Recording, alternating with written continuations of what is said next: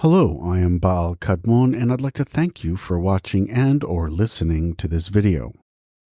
It's been a while. I'm working on a lot of stuff right now. I mean, just so many different things. And today I want to present you with a video on something I've been working on for a while, for actually a few years. Most of my projects, the reason why I can bring them out so quickly is because I have like a lot of stuff over the years that I've written and recorded and then put on the side, because sometimes I'll survey people and ask, okay, what do you want to see first? Do you want to see Lilith first? Do you want to see this first? And I always expect different answers. And I'm always surprised. I'm like, all right, let me get this one out first. So today I'm going to show you a video from my current program that is now currently in pre-release until September 27th. Today is September 13th. And this program is about Gnosticism. And it's called Beyond the Demiurge. Just for those who may not know, in certain schools of Gnosticism, they claim that the Old Testament God is the Demiurge. He's a sort of a lower, lesser God, an ignorant God, a malevolent God. Sometimes it's not even malevolent. He's just sort of ignorant or sort of blind to the truth. And so if something of that nature is true, okay, if the God of the Old Testament is in fact the Demiurge, that is very consequential for societies that are steeped in Judaism, Christianity, Islam, and other religions that have a focus on the Bible, the Old Testament, and even the New Testament, really. And so this video discusses the implications of the Demiurge being the God of the Old Testament. Now, if you want to enroll in the pre-release, you can. You can go to www.occultcourses.com/Gnostic, and you can get in at the pre-release rate. Right now, you'll get access to 2 modules, and that's like 29 videos, so you'll have a lot to look at. So far, I'm up to 170 videos, and these are not 2-minute videos. Most of them are 10, maybe a few might be like 2 minutes, and those are usually just the introductions, but a lot of these are quite long. But I do my best to try to make these concepts easier, because Gnosticism is very opaque. It's very hard to read some of these texts. And by the way, I do read them, quite a few of them in this program as well. So anyway, enough about that. I would like to present to you a video from the program, and it is called The Implications of the Demiurge Being the Old Testament God. I know it's a long title, but I think you will enjoy it.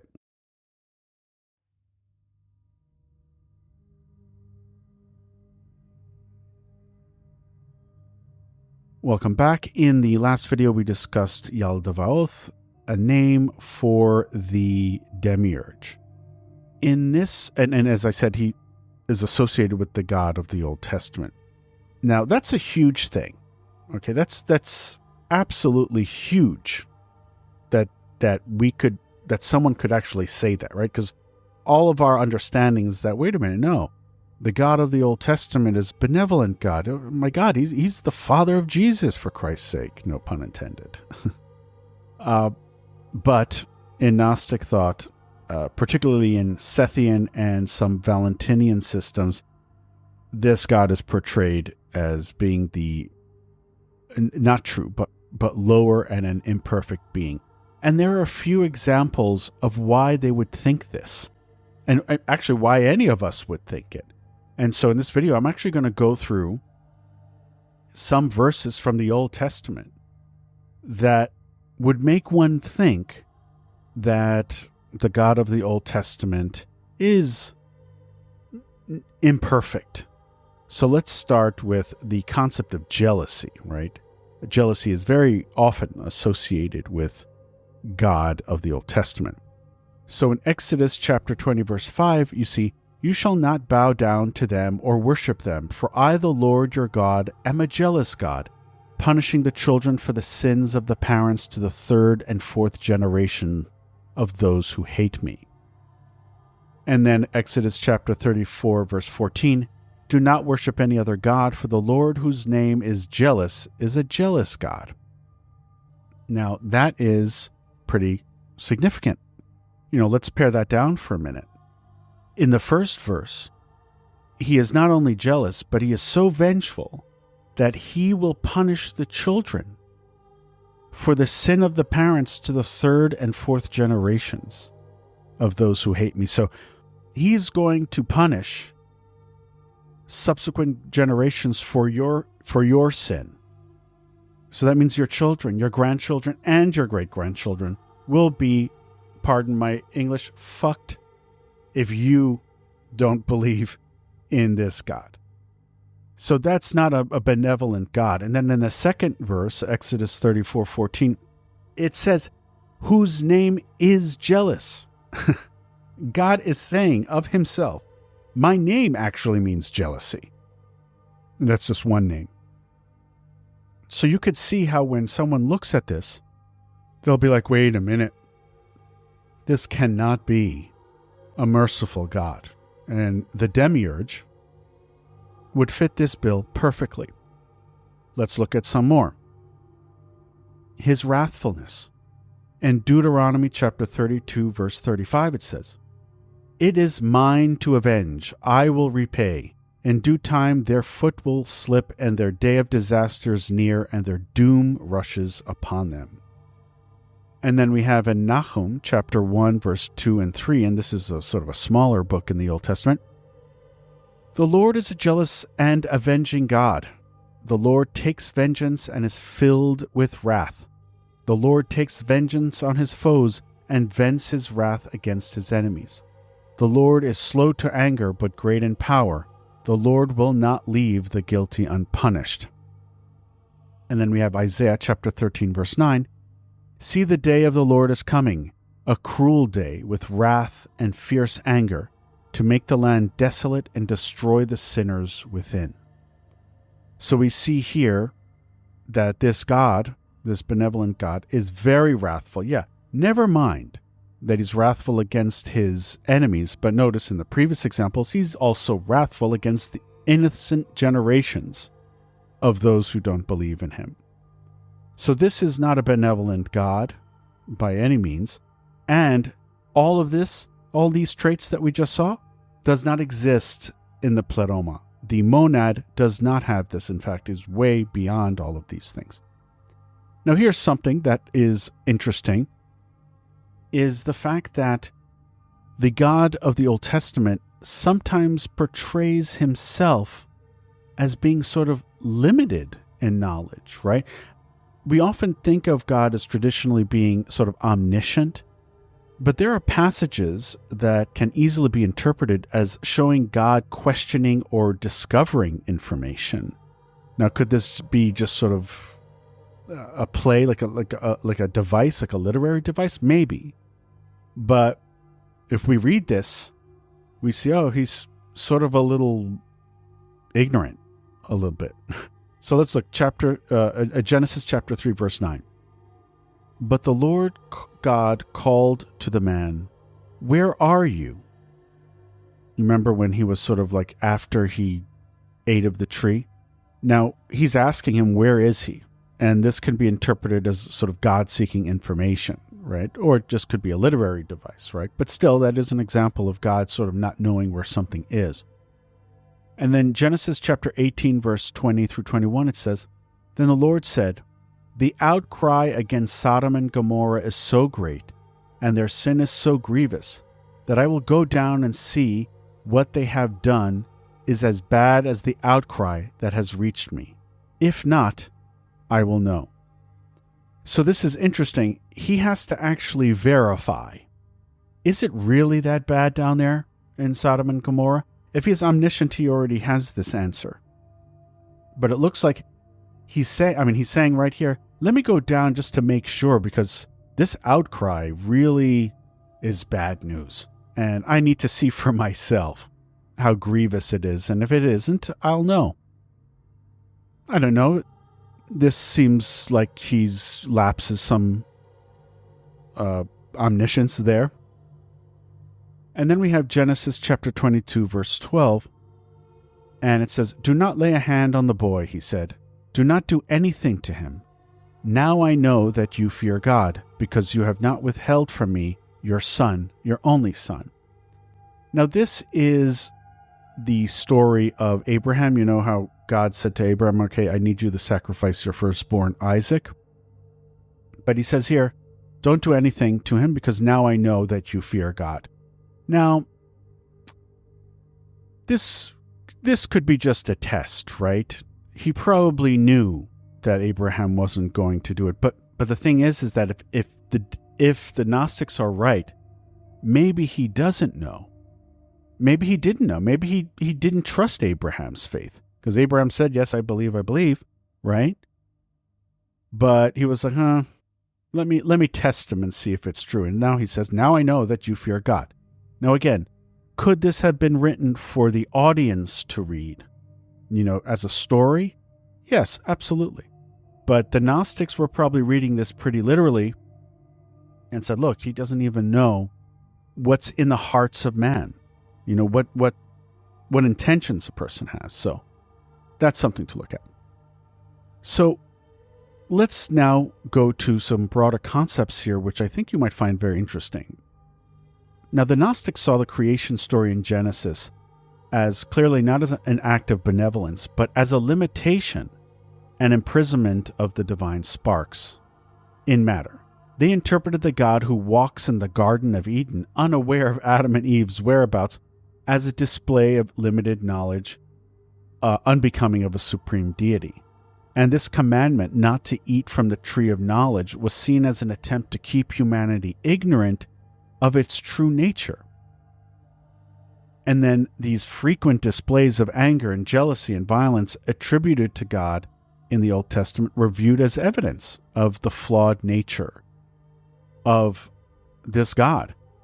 And the destruction of humanity, like in the flood, and the demands for animal sacrifices, and these seemingly arbitrary rules and punishments were all seen as actions incompatible with a truly transcendent and perfect God. And I completely see their point.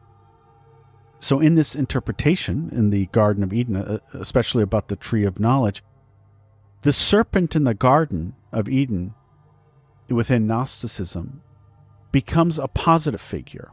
He's a bringer of knowledge who attempts to awaken humanity to its true nature. And so this inversion of the traditional understanding is so characteristic of Gnostic thought. And they often reinterpret these familiar religious narratives in radically new ways, but they make sense. Though they make sense when you really sit with it, it makes sense. So the implications of all this is very profound. It suggests that the religion based on the Old Testament, Judaism, and by extension, much of Orthodox Christianity and even parts of Islam, is founded on a fundamental misunderstanding of the divine. So then, in the Gnostic views, these religions unwittingly worship a lower deity, mistaking the Demiurge for the true God.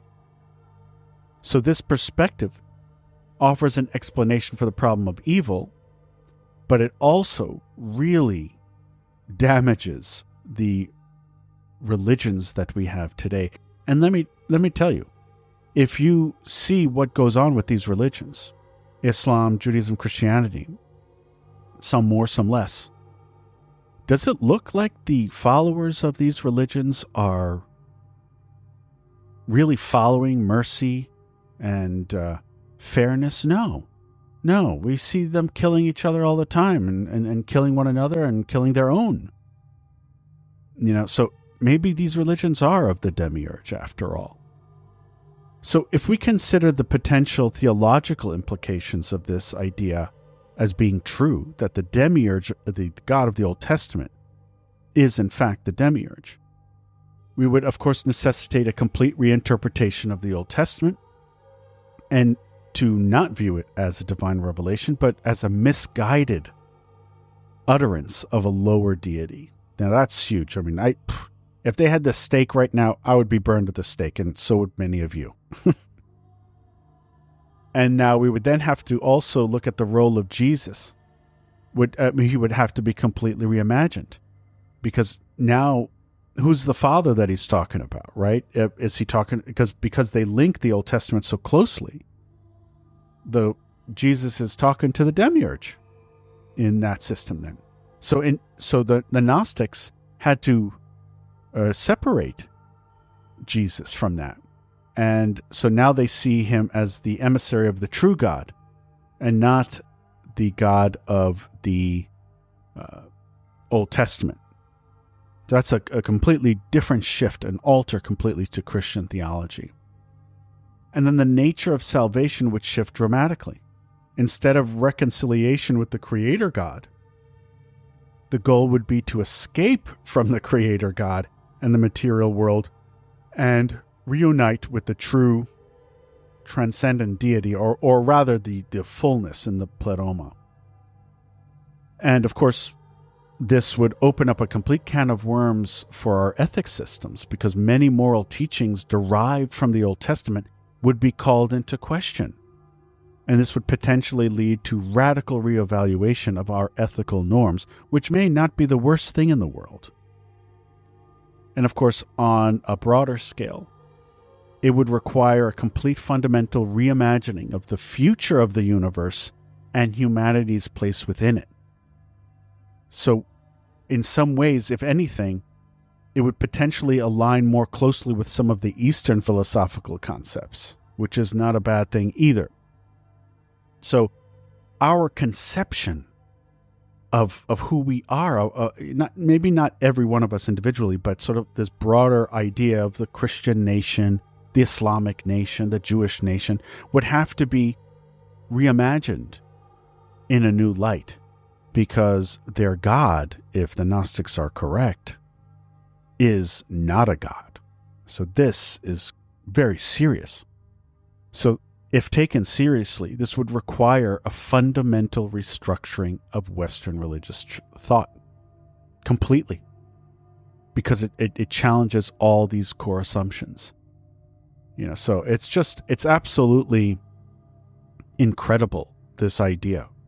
And the implications of it being true is just, you can't even imagine. Now, on the flip side, if you are someone who is more on the darker path, then you can tap into that through like Samael and sort of reverse things. It's very hard to put it into words, but I'm going to say this. There is a ritual or meditation, I guess you can say, but it's probably a ritual. I would call it more of a ritual, in which I will engage with the Demiurge through Judaism, with the assumption that Judaism is a religion of the Demiurge. And some people will view this as probably one of the most sacrilegious things anyone has ever done in Judaism, but I'm going to do it. And we're also going to reimagine some of the Psalms in light of the demiurgic idea that the Old Testament God is the Demiurge. So it's going to be rough for some people, but I'm going to split it into two parts. We're going to have, I guess, I'm going to call it the Aeonion, which we will tap into the aeons, but in light of Gnostic spirituality as the aeons being a positive figures. And then we're going to have the Archonion, which for those who are more partial to the darker side will tap into the archons and the demiurge, as I mentioned before. So I think you'll enjoy it, but I know some people are not going to be happy about this, and that's okay. All right, with that, in the next video, I will discuss the archons. See you then. Well, that's it for that video. I hope you enjoyed it. And again, this is from the program Beyond the Demiurge, and it is currently in pre-release until September 27th. You can get in now at the pre-release rate. And like I said, this is a very comprehensive program. I mean, very, very comprehensive. And it's taken a while to get everything together, but finally I'm coming to the end of the production. Like I said, I have at least 170 videos right now. Some of them I have to edit and all of that. So anyway, if you're interested, please go to www.occultcourses.com/Gnostic, and you can get in at the pre-release rate. If you have any questions, as usual, please feel free to shoot me an email or a message on social media. With that, I will speak to you soon. So mote it be.